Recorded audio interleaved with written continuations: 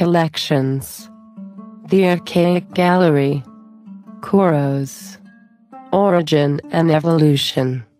The problem of the evolution of the Kouros type is inevitably linked to that of the development of monumental archaic Greek sculpture tout court.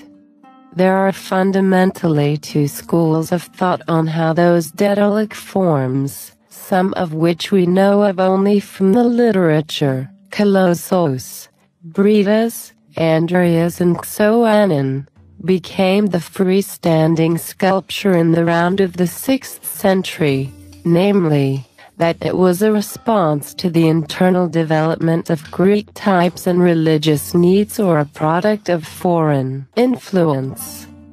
For an external cause for change, possible sources of influence have been cited as Egypt, Anatolia and Syria, with the strongest case made for Egypt.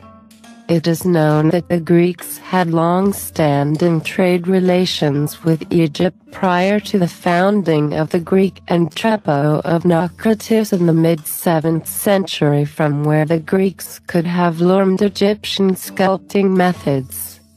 The work of Geralnik along with the previous studies by Erica Verson and Kim Levin have added considerably to the argument for an imitation by Greek sculptors of Egyptian sculpture.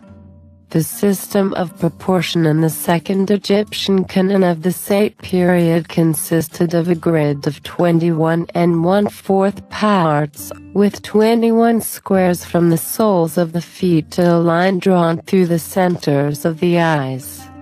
The grid was applied to the surface of the block being carved, allowing the major anatomical features to be located at fixed grid points.